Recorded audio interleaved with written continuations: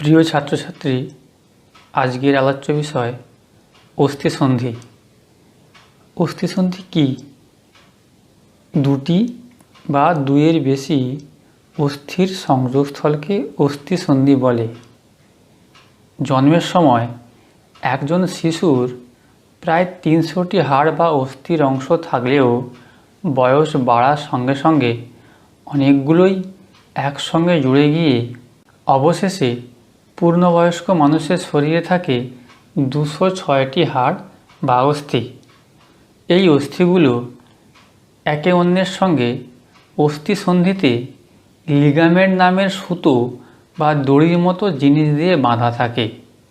ফলে সব মিলিয়ে একটা কাঠামো তৈরি হয়। আর এই কাঠামোর রকম ভেদেই এক একটি মেরুদণ্ডী প্রাণী এক এক রকমের দেখতে হয়। লিগামেন্ট কি? লিগামেন্ট হলো শক্ত, স্থিতিস্থাপক, ইলাস্টিন প্রোটিন নির্মিত এক ধরনের তন্তু।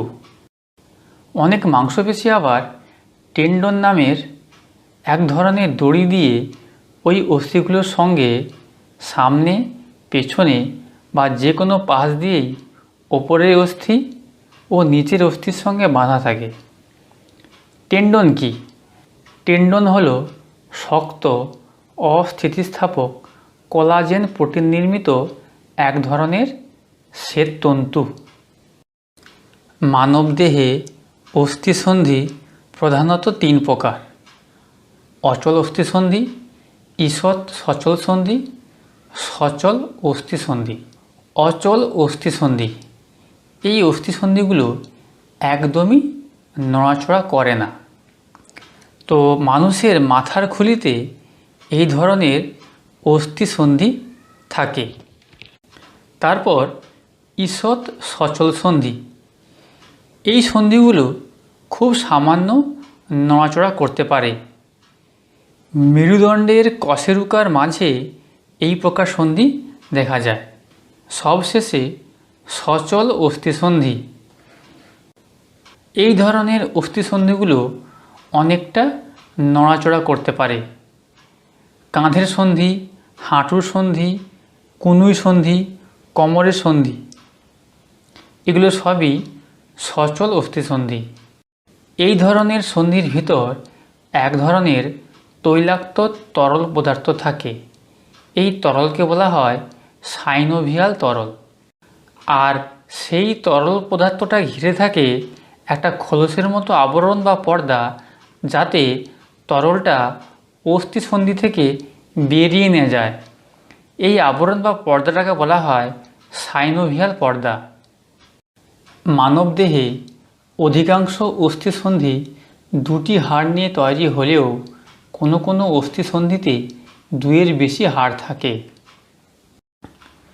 অস্থিসন্ধির সমস্যা ও তাদের লক্ষণগুলি কি কি? অস্থিসন্ধির প্রধান সমস্যা হল অস্থিসন্ধির প্রদাহ বা আর্থ্রাইটিস। লক্ষণভেদে এটি বিভিন্ন প্রকারের হয়। 1 নম্বর, গেঁটে বাত বা গাউট। ইউরিক অ্যাসিড অস্থিসন্ধিতে সঞ্চিত হলে অস্থিসন্ধিগুলি ফুলে ওঠে, স্থানটি লালাভ রঙের হয় এবং গরম হয়ে ওঠে, রাতে তীব্র যন্ত্রণা হয়।